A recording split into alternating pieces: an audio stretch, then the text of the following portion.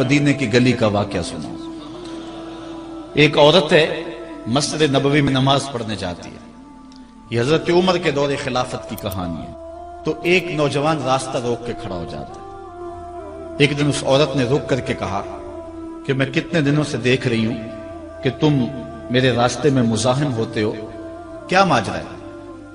اس نے کھل کے بات کی کہ میں تیرا چاہنے والا ہوں اور تجھے حاصل کرنا میری زندگی کی معراج ہے، اور تیرے لیے آسمان سے تارے بھی توڑنے پڑے تو گریز نہیں کروں گا۔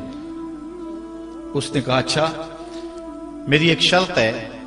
اس نے کہا بتاؤ، جلدی بتاؤ، لب کھولو، میں ابھی پوری کر دوں گا۔ کہا نہیں، چھوٹی سی بات ہے، 40 دن تک حضرت عمر کے پیچھے نمازیں پڑھ لو، اس کے بعد 40ویں دن کی آخری نماز کے بعد اسی وقت میں تمہارا انتظار کروں گی، پھر جدھر کہو گے چل پڑیں گے۔ کہا ٹھیک، یہ کون سی مشکل بات ہوئی؟ 40 دن نمازیں پڑھنے سے اگر تو مل جائے تو میرے لیے کون سا یہ مشکل معاملہ ہے۔ 40 دن حضرت عمر کے پیچھے نمازیں چلتی رہی، دل کی دنیا تبدیل ہوتی رہی۔ 40ویں دن کی آخری نماز کے بعد جب وہ نوجوان واپس پلٹنے لگا تو وہ لڑکی حسب وعدہ وہاں کھڑی تھی، لیکن اس نے دیکھا نہیں، یہ نظر جھکا کے گزر رہا ہے۔ اس نے کہا جانے والے توجہ کر، میں تیرے لیے کھڑی ہوں۔ کہا خیر سے کھڑی رہو۔ عمر نے دل کا تعلق رب سے جوڑ دیا۔ اگر میرے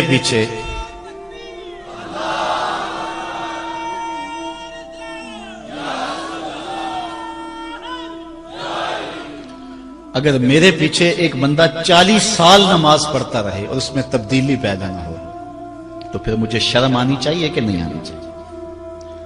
یار یہ تو میں ایک امام کی بات سنائی ہے، آؤ تمہیں دلی کے ایک مانگت کی کہانی سناؤں۔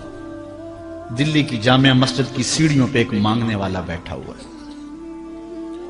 ایک بہت بڑا انگریز افسر مسجد کی وزٹ کے لیے آیا، اس نے ہاتھ پھیلا دیا، اس نے اپنی جیب سے پرس نکال کر کے چند روپے اس کی جیب میں رکھے۔ دوبارہ جب پرس ڈالنے لگا تو پرس گر گیا۔ اس مانگنے والے نے وہ پرس اٹھا کے سنبھال لیا۔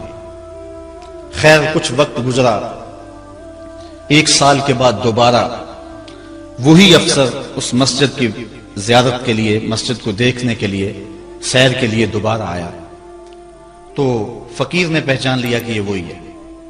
اس نے کہا بابو جان ذرا 2 لمحوں کے لیے رکنا۔ کہا کیا ماجرا ہے؟ کہا بس 2 لمحوں کے لیے۔ دوڑ کے گیا، اپنی کٹیا سے وہ پرس نکال کے لے آیا اور اس کے ہاتھ میں کہا کہ پچھلے سال آپ آئے تھے، آپ کا یہ پرس گر گیا تھا آپ کی جیب سے، میں ڈھونڈتا رہا لیکن آپ نہیں مل پائے، میں نے سنبھال کے رکھا تھا کہ شاید دوبارہ کبھی ملیں تو میں ان کو دے دوں گا۔ اس کی آنکھیں پھٹی کی پھٹی رہ گئی۔ اس نے کہا جو ٹگا ٹگا مانگ رہا ہے، اتنا قیمتی پرس اور اس میں اتنی رقم، تو آسودہ زندگی گزار سکتا تھا، تو یہ پرس واپس کیوں کر رہا ہے؟ اس نے کہا مانگنے کی بات اور ہے لیکن یہاں ماجرا اور ہے۔ اس نے کہا کیا ماجرا ہے؟ اس نے کہا کہ اگر تیرا پرس میں سنبھال لیتا، رکھ لیتا، کام آ جاتا، 4 دن کی زندگی عیش سے گزر جاتی، لیکن مسئلہ یہ نہیں ہے، مسئلہ یہ ہے تو عیسائی ہے اور میں حضور کا غلام ہوں۔ کل قیامت کے دن اگر تیرے نبی حضرت عیسیٰ نے میرے نبی کے سامنے شکایت لگا دی کہ آپ کے امتی نے میرے امتی کا پرس چرایا تھا، تو پھر میرے نبی کو تیرے نبی کے سامنے شرمندگی اٹھانی پڑے گی۔ تو میں مانگت ضرور ہوں، بے غیرت نہیں ہوں کہ اپنے نبی کو تیرے نبی کے سامنے شرمندہ کروں۔ یہ تو مانگتوں کی کہانی ہے۔ آج تو بادشاہ لوٹ رہے ہیں، آج تو پیٹ بھاری نہیں رہے ہیں، اور ہم کہتے ہیں ٹکڑے ٹکڑے کر دیں گے۔ یہ زبانی دعوے ہیں، جمع خرچ ہیں، ایسا نہیں ہوگا۔ آؤ اپنے اندر تبدیلی پیدا کریں۔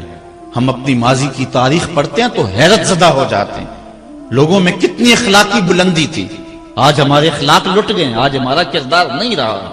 ہم مدینے کی گلی میں پھر دوبارہ چلتے ہیں۔ حضرت عمر رضی اللہ تعالیٰ عنہ کا دربار لگا ہے۔ ایک شخص کو پکڑ کر لوگ لے آتے ہیں کہ شخص نے ہمارے باپ کو قتل کر دیا۔ حضرت عمر رضی اللہ تعالیٰ عنہ نے پوچھا کیا ماجرا ہے بھائی؟ اس نے کہا جی واقعی میں ان کے باپ کا قاتل ہوں، لیکن میں نے قصداً قتل نہیں کیا۔ ہوا یہ کہ میں ایک مسافر ہوں، جا رہا تھا، راستے کے اندر سبز چراگاہ تھی، میرا اونٹ بھوکا تھا، اس چراگاہ میں داخل ہو گیا۔ اس کے بوڑھے باپ نے پتھر اٹھایا اور میرے اونٹ کو مارا، اس کی آنکھ نکل گئی۔ مجھے بڑا غصہ آیا، میں نے وہی پتھر اٹھا کر اس کے باپ کو دے مارا، لیکن وہ ایسے ٹکانے پہ لگا کہ اس کا باپ فوراً فوت ہو گیا۔ میرا قصد اور ارادہ نہیں تھا، لیکن بہرحال میں اس بات کا اقراری ہوں کہ میں نے اس کے باپ کو قتل کر دیا ہے۔ آپ جو حکم سنائیں میں اس کو قبول کروں گا، لیکن میں ایک مہلت مانگتا ہوں کہ میرے دوست، میرے بھائی کی کوئی رقم میرے ذمے ہے، میرے پاس اس نے امانت رکھی ہوئی ہے، اور وہ مجھے پتا ہے کہ میں نے کہاں چھپا کے رکھی ہوئی۔ اگر آپ فیصلہ کر دیتے اور میری گردن کاٹ دی جاتی ہے تو وہ امانت جو میں نے رکھی ہوئی ہے سنبھال کر کے میرے علاوہ کوئی جانتا بھی نہیں ہے، تو وہ اس تک کون پہنچائے گا؟ اگر آپ مجھے 3 دن کی مہلت دے دیں تو میں جا کر کے اس کی امانت اس کو واپس کر کے پھر واپس آؤں گا، پھر یہ پھندا پھانسی کا میں اپنے گلے میں ڈلوانے کے لیے تیار ہوں گا۔ حضرت عمر رضی اللہ تعالیٰ عنہ نے فرمایا کہ کوئی شخص تیری ضمانت دے دے تو ہم تجھے چھٹی دینے کے لیے تیار ہیں۔ اس نے دائیں بائیں دیکھا، پورے مدینے میں اس کا کوئی شناسہ ہی نہیں تھا، واقف ہی نہیں تھا، ایک اجنبی شخص تھا۔ حضرت ابو ذر غفاری کھڑے ہو گئے، کہا حضرت عمر میں اس کی ضمانت دیتا ہوں۔ ضمانت دے دی گئی، وہ چلا گیا۔ تیسرے دن وعدے کا جو وقت تھا، لوگ جمع ہو گئے، دربار لگ گئے، ابھی تک آنے والا نہیں آیا۔ لوگوں نے کہا ابو ذر تو نے غلطی کی ہے، ایک اجنبی کی ضمانت دی اور ابھی تک وہ نہیں آیا، اور میاں صاحب فرماتے ہیں ایک بار جو پھائیں اڑ جاندے اور پھر کدی نہ پھنس دینے۔ ظاہر ہے وہ چلا گیا، واپس تو نہیں پلٹ کے آئے گا، اسے پتا ہے کہ آگے سیدھی سیدھی میری موت ہے، تو تم نے یہ کیا غلطی کی؟ خیر آپ نے فرمایا کہ اگر وہ نہ آیا تو یہ پھانسی کا پھندا میرے گلے میں ڈال لینا، لیکن بہرحال میں نے اس کی ضمانت دی۔ کچھ عرصہ بیتا کہ دور سے گرد و غبار اڑتا ہوا دکھائی دیا۔ جب صورت واضح ہوئی تو وہی شخص تھا۔ حضرت عمر فاروق رضی اللہ تعالیٰ عنہ کے دربار میں کھڑا ہو کہنے لگا حضرت کسی وجہ سے تاخیر سے پہنچا ہوں، معذرت چاہتا ہوں، اب جو حکم ہے پورا کیجیے۔ حضرت عمر رضی اللہ تعالیٰ عنہ اس کے پھانسی کے احکامات جاری کر چکے تھے۔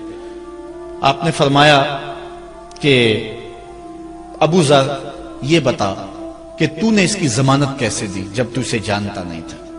تو سنو حضرت ابو ذر غفاری نے کیا کہا۔ کہا ایک اجنبی میرے محمد کے مدینے میں پناہ مانگ رہا تھا اور اس نے چاروں سمت دیکھا اور کوئی شخص نہیں تھا جو اس کو امان دیتا اور اس کی ضمانت دیتا، تو میں نے اس لیے ضمانت دے دی کہ نہ بھی آیا تو اپنی جان چلی جائے گی، کل کو یہ تو نہیں کہے گا کہ محمد کے مدینے میں کسی نے ضمانت مانگی تھی، پورے شہر میں کوئی ضمانت